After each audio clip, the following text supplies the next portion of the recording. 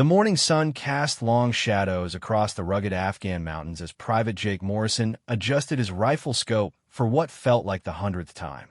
At 22 years old, he had been deployed for only 3 months, and his hands still trembled slightly when he gripped his weapon. The other soldiers in his unit often joked about his nervous energy, calling him Shaky Jake behind his back. Morrison had heard the whispers, but tried not to let them bother him. He knew he was the least experienced sniper in the group, and everyone seemed to know it too. Staff Sergeant Carlos Rodriguez, a veteran with 12 years of service, watched Morrison through binoculars from a nearby position. Rodriguez had seen hundreds of young soldiers come and go, and Morrison reminded him of himself when he first started. The kid had potential, but potential meant nothing without experience. Rodriguez had made shots that other snipers considered impossible, including a confirmed kill at 2,800 meters that had earned him a Bronze Star. His reputation preceded him wherever he went, and younger soldiers looked up to him with a mixture of admiration and intimidation. Master Sergeant David Chun, positioned about 50 meters away, was checking his equipment with a methodical precision that came from 15 years of military service. Chun held the record for the longest confirmed kill shot in their battalion at 3,100 meters, a feat that had been featured in military publications. His steady hands and calm demeanor under pressure had saved countless lives during his tours in Iraq and Afghanistan. When other soldiers needed someone to make an impossible shot, they called Chun. His rifle was custom modified, and he knew every component better than he knew his own family.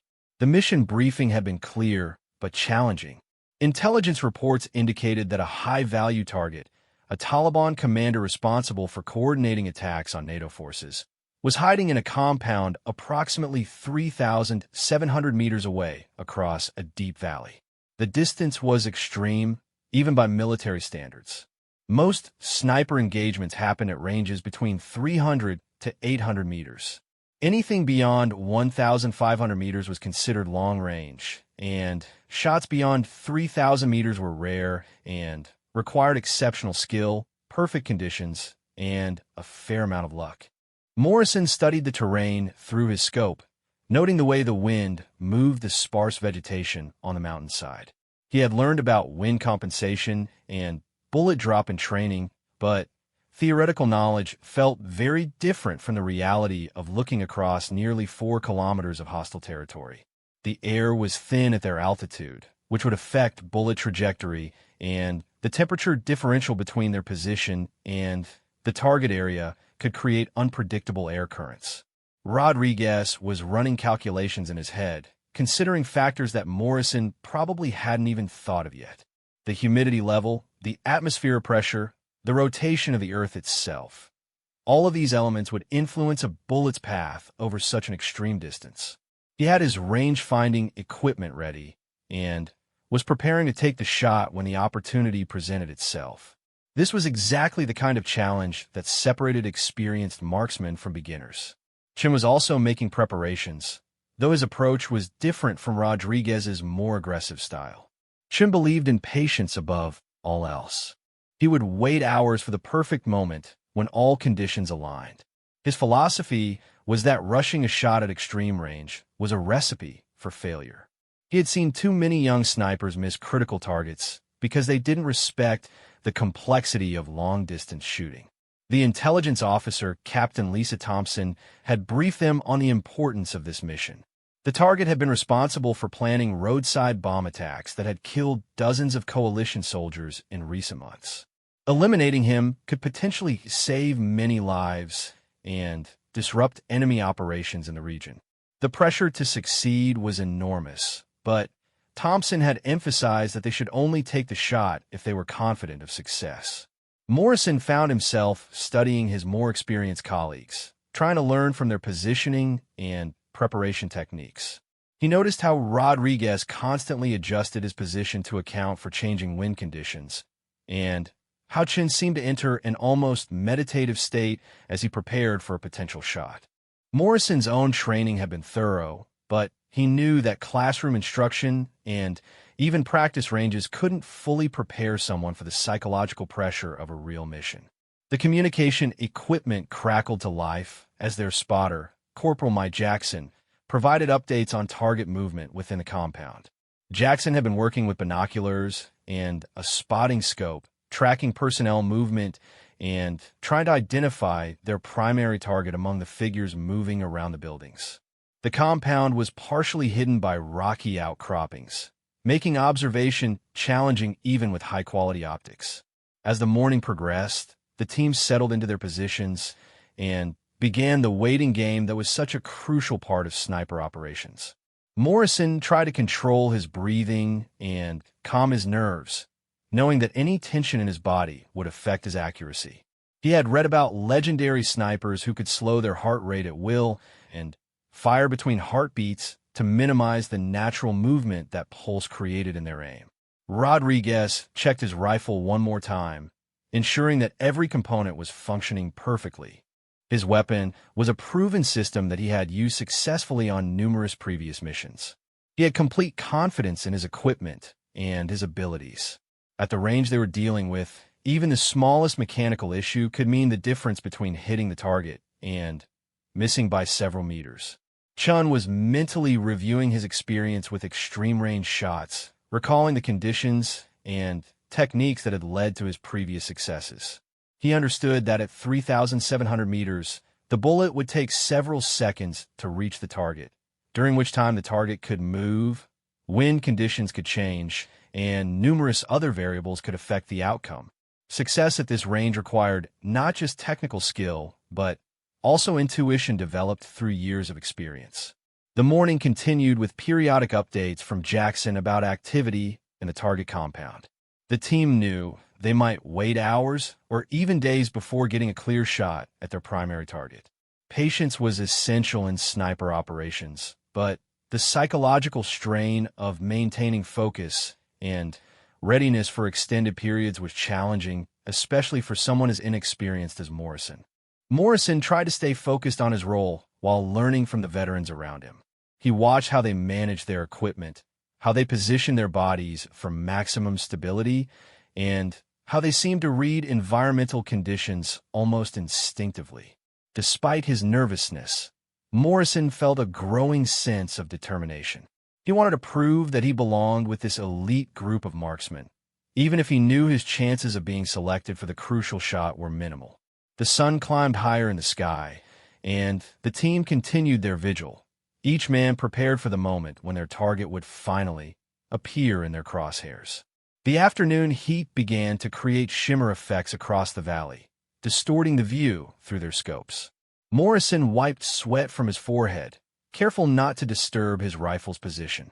The waiting was becoming increasingly difficult, and he found his mind wandering to thoughts of home and the girlfriend he had left behind in Colorado. He forced himself to refocus, knowing that concentration was crucial in their current situation. Jackson's voice suddenly cut through the silence with urgent whispers into his radio. He had spotted movement in the target compound that looked promising. A figure matching the description of their primary target had emerged from one of the main buildings and was walking across an open courtyard. The distance and angle made positive identification challenging, but Jackson was confident enough to alert the sniper team. Rodriguez immediately shifted into action mode, adjusting his scope and checking his range calculations one final time. He had been preparing for this moment all morning, and his movements were smooth and practiced. Through his scope, he could barely make out human figures at the extreme range, appearing as tiny dots against the distant mountainside. He would need to rely heavily on Jackson's spotting and his own experience to make accurate adjustments. Chen also began his final preparations, but with his characteristic deliberate pace. He believed that rushing at this critical moment would be counterproductive.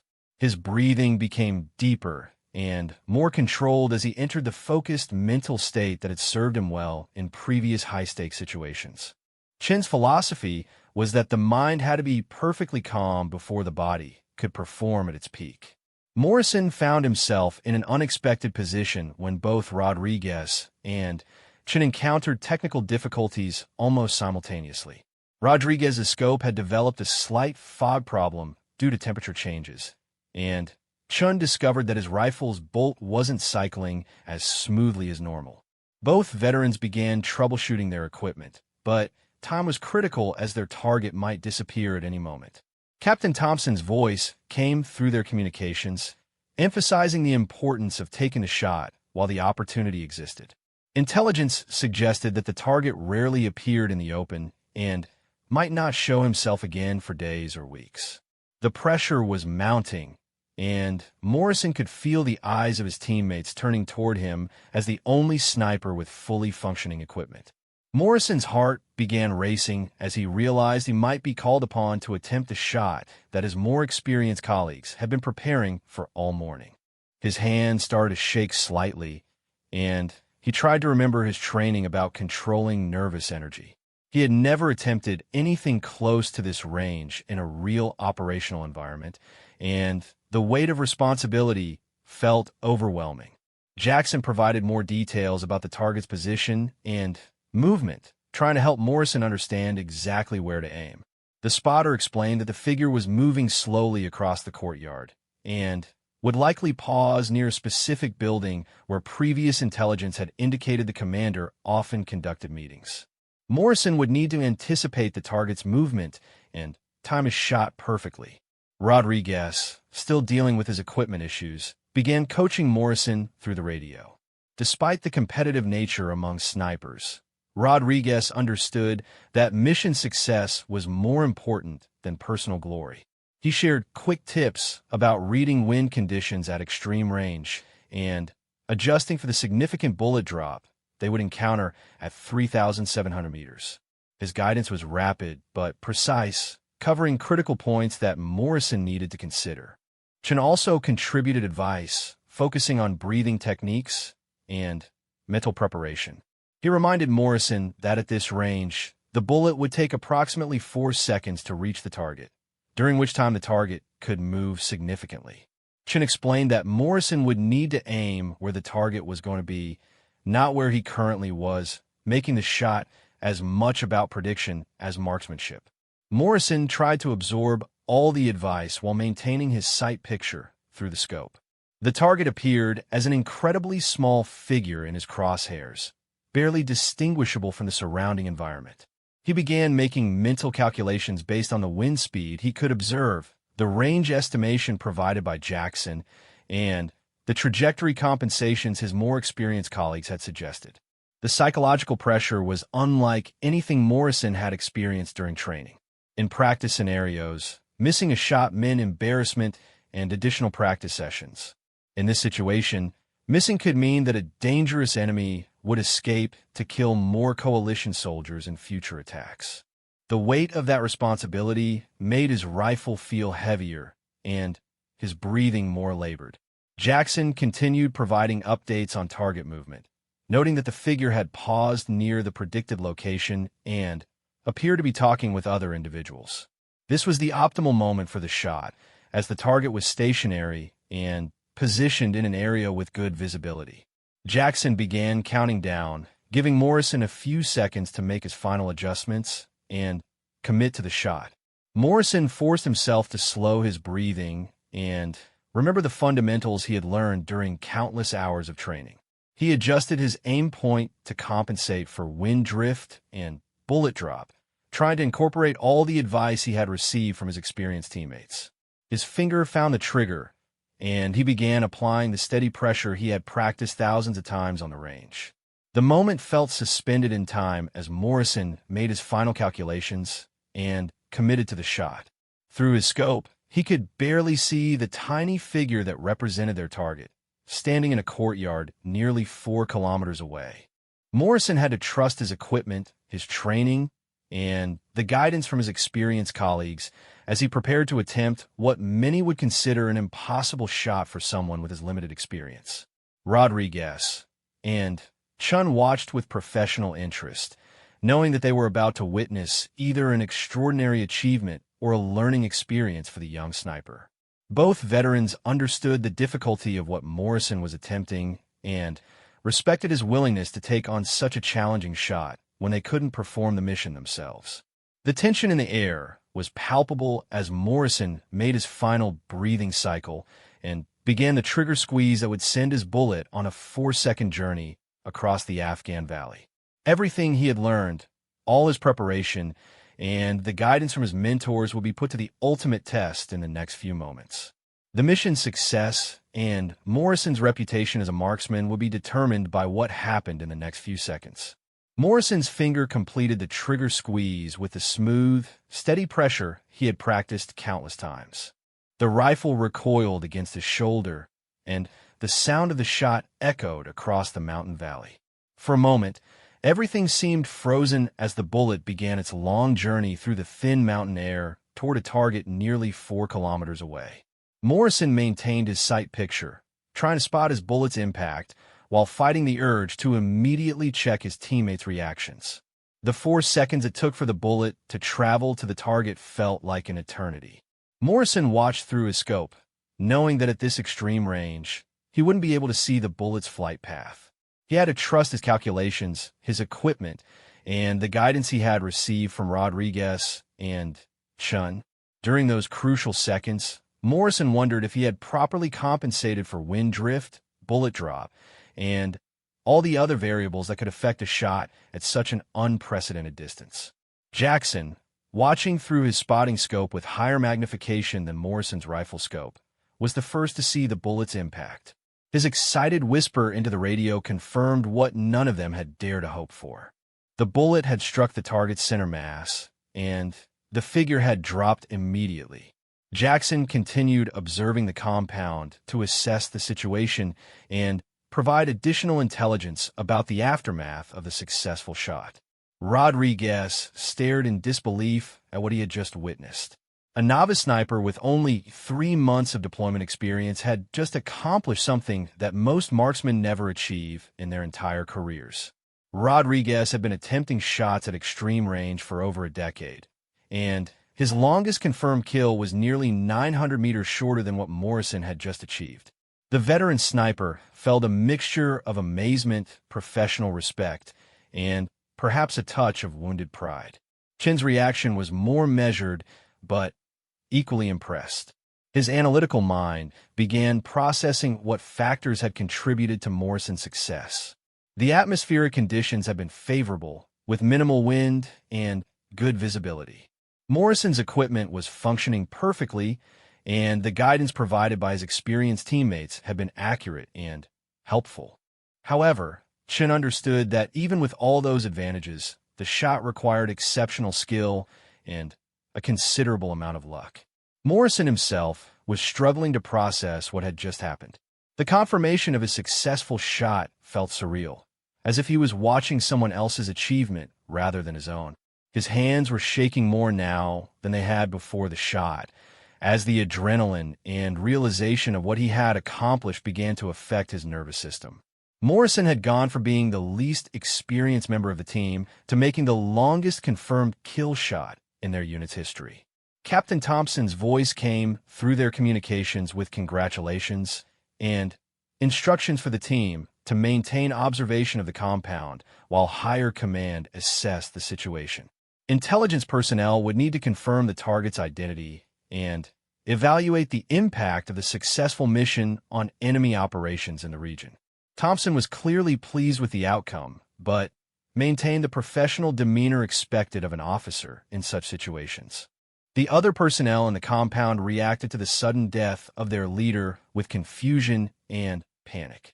Jackson reported through his spotting scope that figures were running between buildings, apparently trying to understand what had happened and where the threat was coming from. The extreme range of the shot meant that the compound's defenders had no idea where Morrison and his team were positioned, adding to their disorientation and fear. Rodriguez began reviewing his own equipment issues, trying to understand why his scope had malfunctioned at such a critical moment.